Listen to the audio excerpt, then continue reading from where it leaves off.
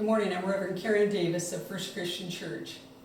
When someone asks us what we think the most difficult job is, probably some of the things that come to mind are a nuclear physicist, a brain surgeon, maybe an astronaut. If you ask 10 people, you'd probably get 10 different answers. Well, this morning as we read Matthew's Gospel, chapter 10, verses 24 through 39, we might decide that the answer to that question is to be a disciple of Christ. When we make the decision to be a follower of Christ, as it's described for us in this morning's passage, it's a difficult job. Jesus is continuing and giving his final instructions to his 12 disciples. He is both their teacher and their mentor, and he is the one who they seek to be like. And so as he gives them this instructions of what they are to do as they continue his ministry, they are being a bit shocked by some of what he has to say. He tells them that it may mean that they may have to disagree with friends and family. He's telling them that it may mean they have to make a choice between their commitment to following Christ and their commitment to the worldly things around them. That they have to make sacrifices and decisions. Do they want to continue being comfortable? Do they want to continue going with the status quo? Or are they willing to rock the boat a little bit, even when it becomes uncomfortable, when it becomes a little bit of friction in their lives, even with the people closest to them? Jesus is telling them that if they continue his ministry, if they continue to follow his example, if they go forth as his disciples, that life isn't necessarily going to be easy peasy, that there are going to be difficult times. There will be trials and persecution. There will be the ups and downs that all of us experience in life. But the difference is he reminds them that they are not alone. He reminds them that the God who cares for even the simple sparrow, that God will care for each and every one of us. That God will be there with us as we go forth facing the challenges of living out a faithful life.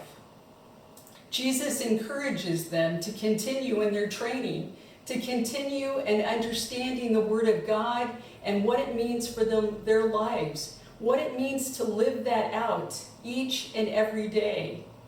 And when they find out for themselves what their purpose and mission is, that be ready and willing to go forth doing what it requires of them to be faithful. And as Jesus gives them those instructions, he is asking for them to commit 100%. Imagine if you were buying a building. Let's say that building has 12 rooms in it.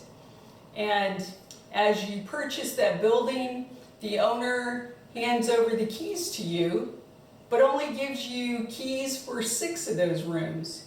And you say, "But I thought I was buying the whole building." To which the seller tells you, "Yeah, but I'm going to keep the keys to these 6 rooms. I'm going to keep use of those 6 rooms." And you think, "I thought I bought the whole building. I want all of those rooms."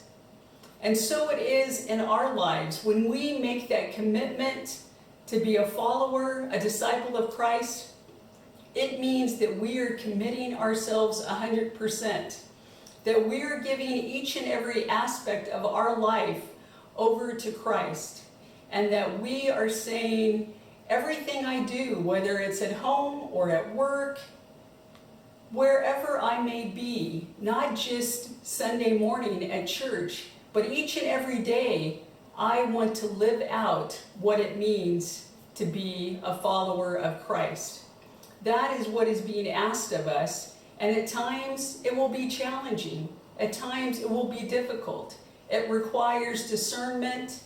It requires us to reflect, to spend time with other believers who can encourage us and discuss with us what it means to continue on our faith journey. So let us consider if we are willing and ready to commit 100% to following in the footsteps of Christ, even when it's difficult and challenging. We need to ask ourselves, are you ready for this difficult job? If so, God is ready to go with you as you go forth proclaiming the good news of Jesus Christ. May you go with peace and with God's holy presence.